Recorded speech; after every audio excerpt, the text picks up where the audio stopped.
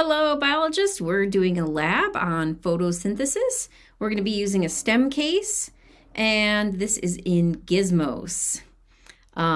You want the lab sheet, photosynthesis in Gizmos. And the first question on the lab sheet is, why are coral reefs important to the world's food supply?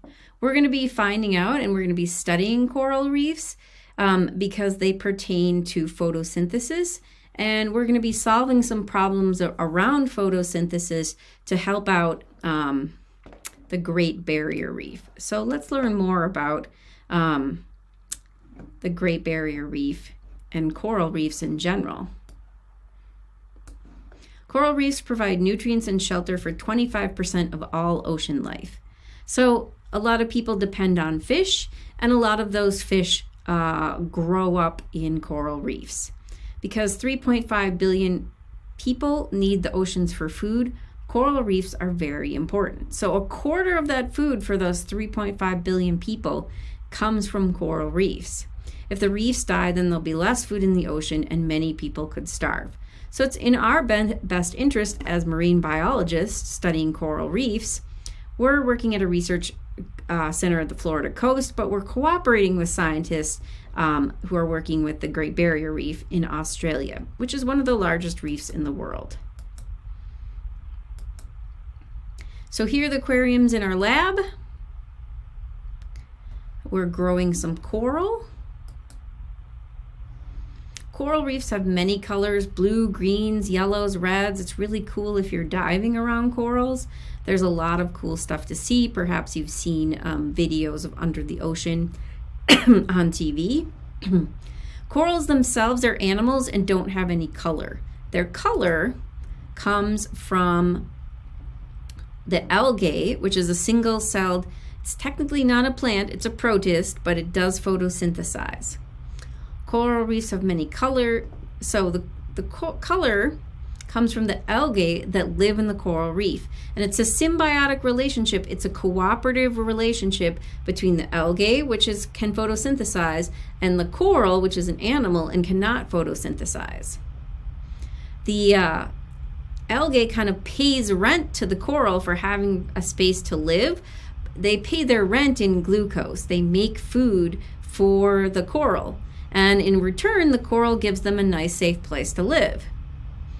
The sugar in the algae are made in a process called photosynthesis, and we need to select this here. Photosynthesis is the process which light, water, and carbon dioxide are used to create sugars. And we'll get to the details later. So here's the algae. They're single-celled. They're like plants, but technically they're protists. There's a problem with the coral in the Great Barrier Reef. Scientists in Australia have asked for our help here in Florida. A lot of the coral in the Great Barrier Reef is losing its color and now looks white. When corals turn white, it's called coral bleaching. Now, it doesn't happen because somebody took a bucket of bleach and poured it on the coral. Coral bleaching happens when the coral kicks out the algae, and the algae are kicked out because they stop doing their job. They stop paying their rent of glucose, and so they get evicted from the coral, which doesn't certainly help the coral because now they have no way to get food because they've kicked out their algae, which is kind of their meal ticket or how they get food. The coral's not getting from the sugar or sugars from the algae, so the coral cells will die. Our job is to find out where algae has stopped making sugars. So now we need to go to the handbook part. But before we get too into the handbook, let's answer some questions here. Why are coral reefs important to the world's food supply? Well, we know that 3.5 billion people depend on the oceans from food. And we also know 25% of the fish depend on coral reefs for shelter. Corals are animals that do not photosynthesize. How do they get their glucose? Well, they partner with algae, which are single-celled protists. They're much like plants that photosynthesize. Coral dying because the algae are not photosynthesizing to make sugar. So the algae are not paying their rent. So the coral evicts them or kicks them out. So now we're going to look at the Photosynthesis Handbook, and we're going to be looking for the answers to how do the algae store the light energy? Where does the plant obtain the carbon dioxide and water for photosynthesis? And where does photosynthesis happen in the cell? We'll be looking for this organelle here, and we'll be talking about that particular organelle.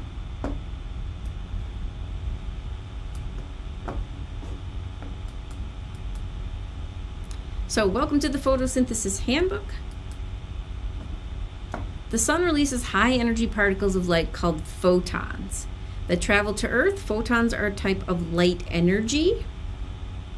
So if you've ever been outside on a sunny day, you understand the whole idea of photons. On Earth, plants and algae can convert light energy from photons into chemical energy. So they can store that light energy in high energy molecules and in sugars. They're able to use light to make food out of carbon dioxide and water. They don't make food out of light. Light just powers that process.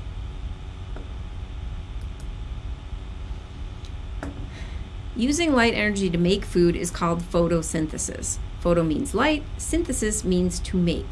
So you're making something with light. You're not making it out of light, you're making it with light. Just like you turn on your cooktop to maybe make some mac and cheese, boil some water, make some noodles. The energy from the cooktop is cooking your food, but your food doesn't come from that energy. You don't eat the energy from your cooktop. Photosynthesis needs water, light, water, and carbon dioxide. Light travels from the sun to the plant. Oops, go back here. And carbon dioxide enters through the pores called stomata in the plant's leaves. So stomata is how carbon dioxide gets into the plant, so it can use it to make glucose.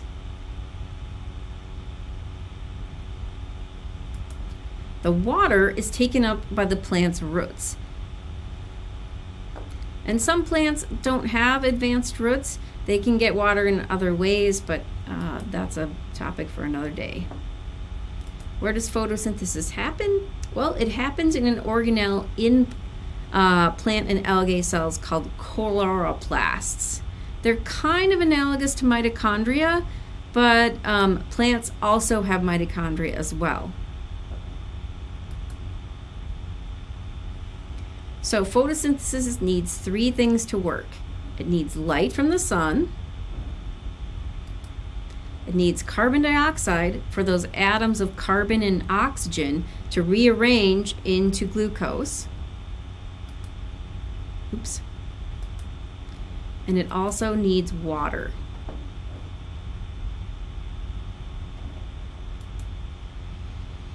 These are called the inputs for photosynthesis, and they are a question on your lab sheet. Let's look at the outputs. Oops. So the outputs are sugar, which the chemical formula is C6H12O6.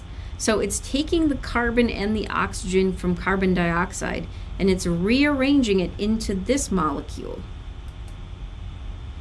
And then there's oxygen. So the extra oxygens from the CO2 get paired up into O2, and this is what the plant releases into the air. Now, plants don't make oxygen for us. They just happen to make oxygen, and that happens to be useful for us.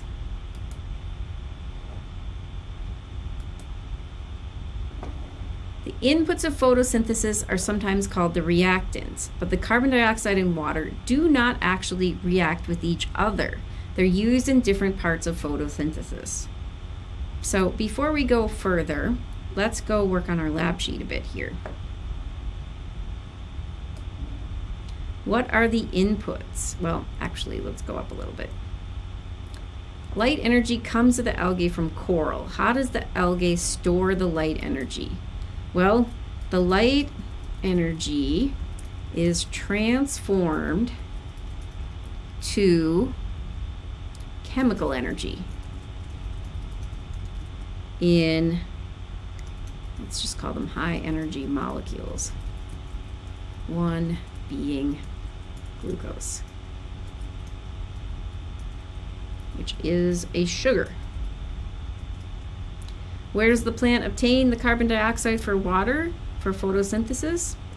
Well, the answer is right there. I think you can figure that one out. Where does photosynthesis happen in the cell? Well, that's the chloroplast. It's an organelle, so kind of like an organ inside a cell, a small, kind of more specifically organized part of a cell that does a specific job. And chloroplasts are only in plants and protists that can photosynthesize, and some bacteria. You do not have chloroplasts, sorry. What are the inputs for photosynthesis? Well, conveniently they're right here. This is light, this is carbon dioxide, and this is water. The outputs for photosynthesis are glucose, oxygen, and stored chemical energy. So question 8, and we already went through here. The inputs of photosynthesis are sometimes called the reactants, but the carbon dioxide and water don't technically react with each other. They're used in different processes. So let's go find out more about that.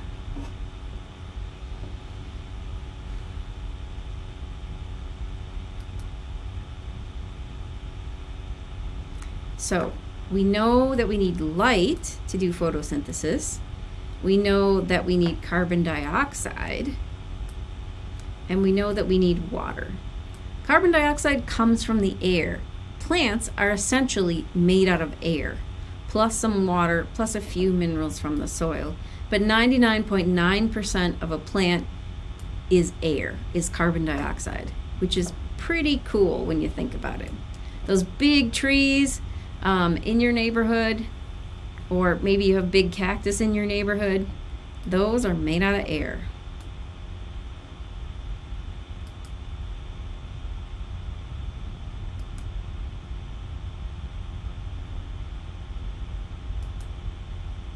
So the oxygen made by photosynthesis is used by animals to live. Plants also need oxygen when there is no sunlight, but they happen to make a lot of oxygen when there is sunlight, so they can kind of just use their own oxygen. Like all animals, plants use a process called cellular respiration to break down the glucose. So plants still have to do cellular respiration to get that energy back out of their glucose, but it's already in their system. We have to go eat as animals, or plants, or animals, fungi, most protists, bacteria have to go find something to eat because we can't make our own glucose. We can't do photosynthesis. We can only do the second part. We can do cellular respiration. We can break down this sugar and turn it back into carbon dioxide and water. Plants, because they can photosynthesize, and some algae and some bacteria can photosynthesize. They can take that carbon dioxide and that water, make it back into sugars, and kind of complete the circle here. You can see that the inputs for photosynthesis are the outputs for cellular respiration. And the outputs for photosynthesis that glucose and oxygen, we breathe the oxygen in cellular respiration, and we break down that glucose for chemical energy and make ATP. So the outputs of photosynthesis are the inputs for cell respiration, and the outputs of cell respiration are the inputs for for photosynthesis. So now you should be able to answer the next question on the lab sheet. So question 8 asks us, photosynthesis and cellular respiration are related. Explain how they are related using the terms inputs and outputs. Well, the key concept that we just read in the lab is going to help us with that. What is the output of light-dependent reactions, and what is the output of light-independent reactions is our next question. We're going to go more in depth in how photosynthesis actually works. So you might want to pause the video, answer question 8, and get ready for 10 and 11.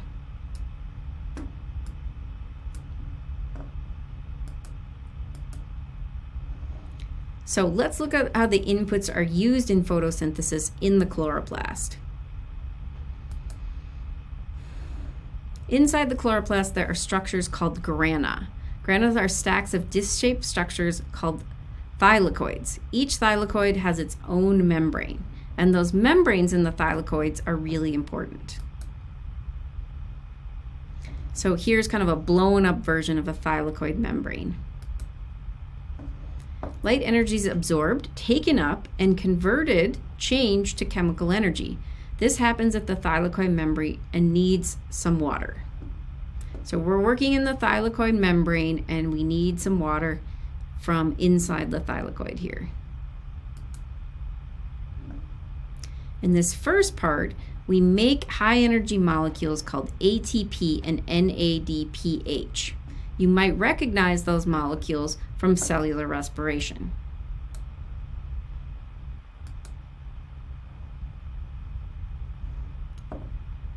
Because these processes need light, they're called the light-dependent reactions. So this part here where you're making these, you're storing light energy and you're transforming that energy to chemical energy and storing it, that chemical energy in high energy molecules, is called the light-dependent reactions. There's the light-independent reactions over here that are called the Calvin cycle. That's where you bring in CO2 and you put it together, rearrange it, and make sugar. So because the Calvin cycle does not use light, it's called the light-independent reactions. But you actually have to have light to do the Calvin cycle because you need these high energy molecules from the light-dependent reactions to do the Calvin cycle. So key concept, the Calvin cycle is called light independent, but it can only work when there's light. This is because the Calvin cycle needs the ATP and the NADPH made in the light dependent reactions to make this part go, where you're taking carbon dioxide apart and you're rearranging it to make sugar. If you turn off the light, nothing works here.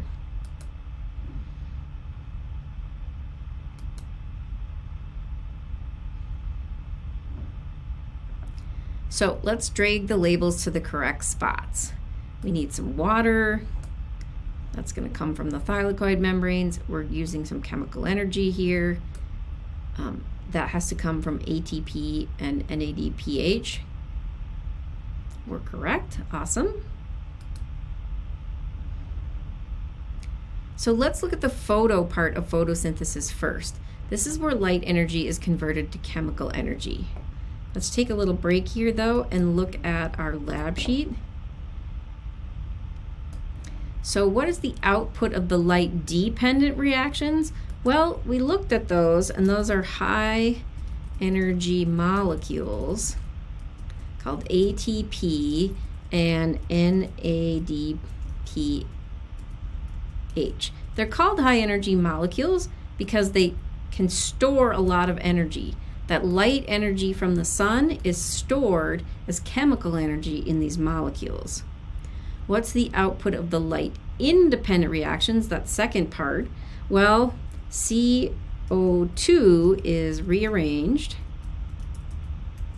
to make glucose, which is C6H12O6. And that's CO2 from the air. Plants are made out of air. It's pretty cool. Let's do subscripts here to be all chemically happy here. Subscripts tell you how many of each atom. So we take 6 carbon atoms, we take 12 hydrogen atoms, and then another 6 oxygen atoms, and we rearrange them. We pull in some hydrogen from water, and the plant makes glucose.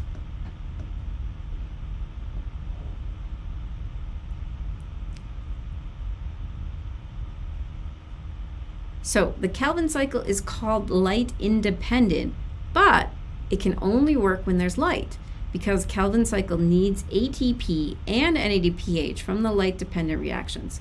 So if there's no light, there's no ATP and there's no NADPH. And we're going to find out why chlorophyll is important for the process of photosynthesis and why these two photosystems have confusing names next.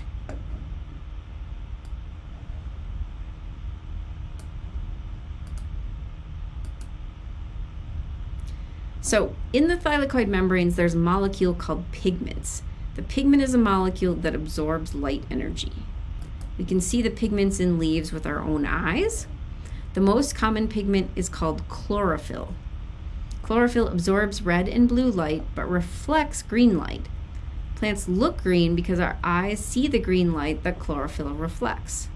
Let's add light with all the colors, and just green is reflected to our eyes. Let's do that one more time. So we have sunlight coming in with all the colors, and we just see green because that's what gets reflected. The plant absorbs all the other colors of light to do photosynthesis. Chlorophyll is part of two systems that plants and algae use to convert light energy into chemical energy. Because they need light, they are called photosystems. Photo stands for light, and system is a system. Let's select a photosystem to learn more. The photosystems are named in the order they were discovered. So we actually use photosystem 2, even though that was discovered second. And photosystem 1, which was discovered first, actually is second in the process. It's a little weird and a little confusing. Photosystem 2 helps make ATP. Photosystem 1 helps make NADPH. Let's look at photosystem 2 first. To make ATP and NADH, the photosystems need water. This is one reason plants need water to survive. If you've ever had a house plant get all wilty and die on you, it's probably because you didn't water it. So it didn't have water to split with this enzyme into hydrogen ions, oxygen gas, and electrons. So we're going to split water here. Water comes in, gets taken apart. We have oxygen, 2 oxygen atoms get together to make an oxygen molecule. This is going to leave the plant, go into the air. The H+ ions are going to be used later to make some ATP, and these electrons are going to go into an electron transport chain eventually. There goes the O2 into the air. Now plants don't just make oxygen for animals. They don't exist to help us. Their waste products just happen to be useful for us. The H+ ions move from the water through an enzyme called ATP synthase. Synth means make, ACE means enzyme, so ATP synthase means ATP making enzyme. This thing is really cool. Let's watch it in action. Let's make some ATP. So the H+ goes through, and it helps make ADP, and it adds a phosphate to ADP to make ATP. And it's adding that third phosphate to the molecule that makes it a very high energy molecule, stores a lot of chemical energy there. So you can see the ADP and the phosphate group go in, and the ATP comes out. The electrons are a very important product of splitting water. They're passed to the chlorophyll in photosystem 2. Let's pass some of those electrons. Sunlight comes in, makes them higher energy electrons. And then they're going to go on a journey to photosystem 2. We'll explore that in the next video. So pull up your lab sheet, answer the questions, and then find the second part of the video.